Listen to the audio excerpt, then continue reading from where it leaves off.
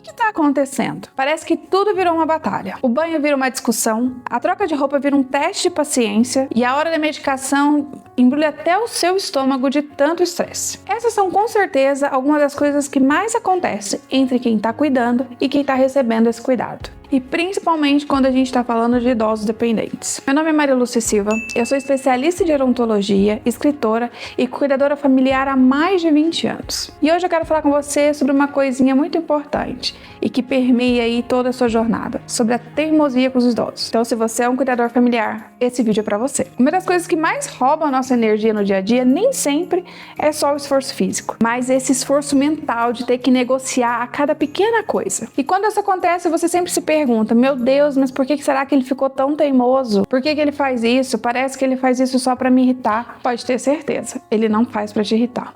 E hoje eu vou tentar te mostrar aqui nesse vídeo o que acontece por trás dessa cortina aí da teimosia. E como que você pode desarmar esse comportamento sem precisar elevar a voz. Pra gente entender isso e por que isso começa a acontecer, é importante que a gente olhe isso pela psicologia do envelhecimento. Esse idoso que começa a depender de um terceiro para as atividades diárias, ele passa por uma espécie de luto invisível. Primeiro ele perde a autonomia, perde a carteira de motorista, a autonomia financeira, e o corpo já não responde mais como antes. E aí chega você e diz pra ele tudo o que ele deve fazer. Toma isso, coma isso, haja assim. E o cérebro dele recebe isso como uma perda do restinho de dignidade que restava. A teimosia não é pirraça, é uma tentativa desesperada de dizer: eu ainda existo, eu ainda tô aqui, eu ainda decido, eu ainda tenho um poder sobre mim mesmo. E eu também, durante muito tempo, durante essa minha jornada do cuidado, muitas vezes eu não percebia isso. Eu achava que era uma espécie de birra, de ingratidão. E muitas vezes eu bati de frente, insistia e acabei impor na minha vontade. Mas o tempo é o amigo mais sábio que a gente tem. E eu fui aprendendo, estudando. Entendi que nem tudo devia ser a minha maneira. Hoje eu enfrento o envelhecimento da minha mãe, na casa dos 70 anos, e convivo com episódios muito parecidos com esses que eu citei agora há pouco. Ela tem muita autonomia para certas coisas, mas para algumas outras ela ainda depende da gente. E ela está enfrentando exatamente esse momento do luto, em que ela começa a perder algumas autonomias e depender da gente para algumas coisas.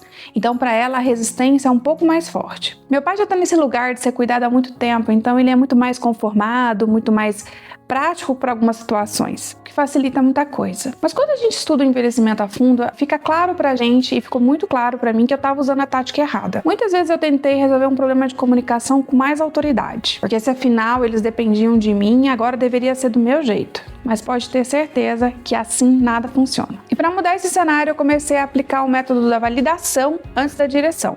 E é isso que eu quero compartilhar aqui com vocês. O primeiro passo é validar o sentimento. Se ele disser, eu não vou tomar esse remédio, eu tô de saco cheio disso.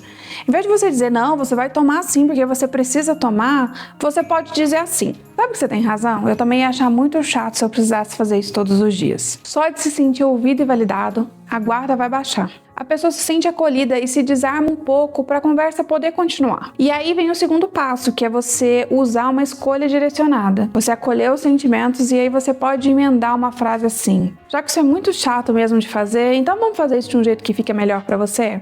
Como é que você prefere? Quer tomar com água ou com suco? Você percebe que deu para ele uma escolha em que das duas formas você ganha, mas ao mesmo tempo você devolve para ele o poder de escolha e respeitou parte da autonomia que ainda resta. E mais uma coisa, você não brigou porque ele estava irritado. Você validou o sentimento e manteve o foco na solução. Você dá para o seu ente querido esse conforto de saber como que as coisas vão acontecer. Mas quando você substitui o imprevisto por técnicas validadas de manejo, o clima geral da situação muda muito. Você deixa de ser aquela vigia e volta a ser a filha, a amiga, a nora, a esposa. Eu passei um bom tempo catalogando essas reações, estudando mais sobre isso e estruturando assim soluções práticas para que esse cuidado e essa relação não virasse um cabo de guerra dentro de casa, sabe? Porque a verdade é que a vida de quem já cuida tem muitas outras coisas, então a gente precisa inserir dentro dela métodos que vão aliviando pequenas rotinas e que somados vão trazer um resultado grande no alívio da vida. Então eu quero te convidar a curtir esse vídeo, compartilhar com outras pessoas e se inscrever aqui no nosso canal. E eu quero que você deixe aqui nos comentários o que de mais importante